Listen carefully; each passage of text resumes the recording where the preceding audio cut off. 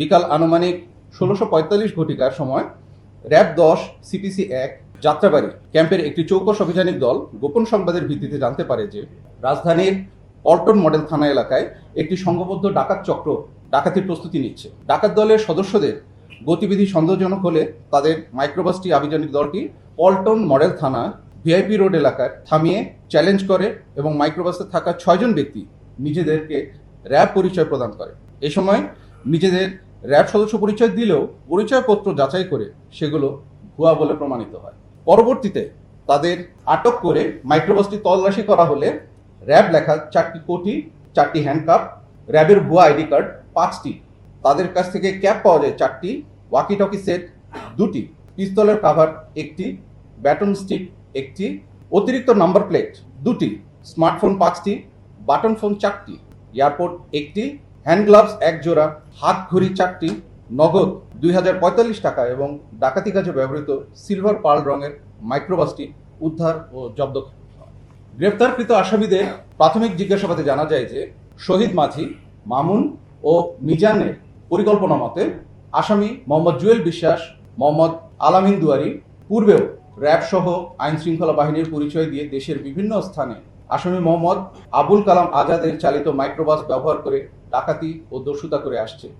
গত 25 তারিখ দুপুরে আনুমানিক 1400 ঘটিকার সময় শহীদ মাঝি ও মামুন ফোন করে রাজধানীর পল্টনস্থ আনন্দ ভবনের সামনে বর্ণিত আসামিদের একত্রিত করে এবং মিজানের কথা মতো আসামি মোহাম্মদ আবুল কালাম আজাদ একটি মাইক্রোবাস নিয়ে আসে। আসামিগণ উক্ত মাইক্রোবাসে উঠে এবং মাইক্রোবাসে মামুনদের দেওয়া জব্দকৃত আলামত দেখতে পায়। পরবর্তীতে আসামিগণ মাইক্রোবাসে উঠে নারায়ণগঞ্জের সোনারগাঁও এলাকায় ডাকাতি করার পরিকল্পনা করে।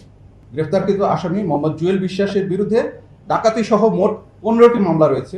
আলামিন দুয়ারি দীপু এর বিরুদ্ধে ডাকাতি ও অস্ত্র আইনের মামলা সহ মোট 15টি মামলা রয়েছে। সাজ্জাদ হোসেনের বিরুদ্ধে ডাকাতি সহ আরও বিভিন্ন ধরনের মামলায় মোট 6টি মামলা রয়েছে। আবুল কালাম আজাদের বিরুদ্ধে ডাকাতি ও মাদক মোট 6টি মামলা এবং বোরহান মিয়ার বিরুদ্ধে মাদক আইনের মোট 4টি মামলা রয়েছে।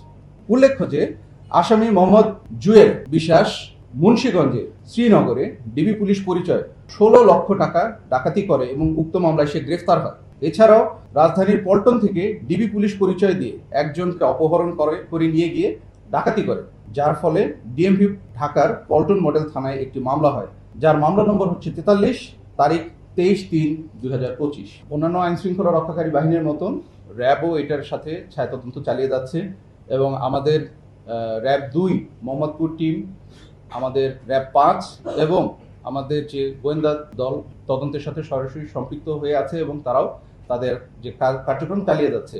শুধুমাত্র তথ্যানুসন্ধানের ক্ষেত্রে এবং এই ঘটনার সাথে সংশ্লিষ্ট যেই তথ্যগুলো আমরা পেয়েছি অনুসন্ধানের স্বার্থে আসলে এই মুহূর্তে পুরোটা ডিসক্লোজ করা সম্ভব হচ্ছে না, বাট বিষয়টি তদন্তাধীন। তদন্ত শেষ হলে অবশ্যই এই বিষয়ে আপনাদেরকে সঠিক তথ্য উপস্থাপন করা হবে ইনশাল্লাহ। তবে এই মুহূর্তে যেটা বলতে পারি, আমরা আমাদের প্রতিটা পর্যায়ে শুরু থেকে আমরা এটার সাথে সম্পৃক্ত আছি এবং আমরা আমাদের সর্বোত্তম প্রচেষ্টা দিয়ে এটার সাথে কাজ করে যাচ্ছি ইনশাল্লাহ। আশা করছি খুব শীঘ্রই আপনারা একটা পজিটিভ নিউজ দেখতে পাবেন। তদন্তের স্বার্থে বিষয়গুলোকে একটু গোপন রাখা আছে।